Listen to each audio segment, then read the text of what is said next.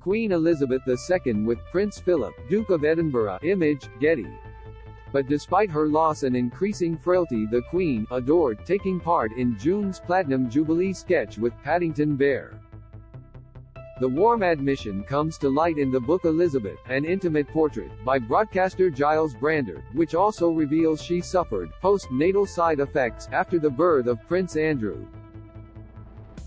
The author says the Queen was determined to be with Philip, her beloved husband of 73 years, when he died, barely leaving his side in the last few weeks of his life. But the end came suddenly while the sovereign was sleeping. However, the book says the Queen told a lady-in-waiting Philip would not have approved if she descended into self-pity after his death. She saw it as her Christian duty to carry on working, a source of comfort for her and the royal family. Elizabeth, who died in September aged 96, also consoled herself by watching television series such as gritty crime drama Line of Duty, to keep her spirits up. But she sometimes struggled to keep up with the plot and disliked mumbled dialogue on modern programs. Trending Mr. Brandreth, who was a confidant of Philip's and is a good friend of Queen Camilla, who spoke to him for the book, describes how the late monarch's health deteriorated in the autumn of last year and declined rapidly in the last few months of her life.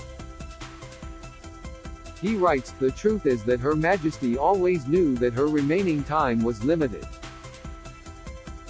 She accepted this with all the good grace you'd expect." The monarch reluctantly accepted doctors' advice to slow down, saying, "I've got to be sensible."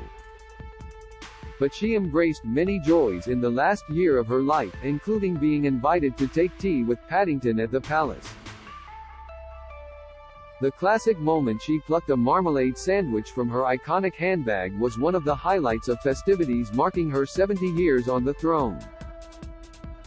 She privately described it as great fun, and was delighted everyone kept the secret, until it was broadcast at the start of the Jubilee concert.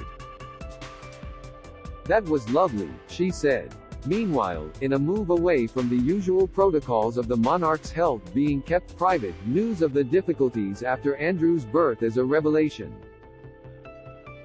A lady-in-waiting tells Mr. Brandreth the now discredited form of childbirth known as Dämmerschlaf or twilight sleep, during which patients are drugged into a semi-conscious state during labor, left the Queen suffering post-natal side effects.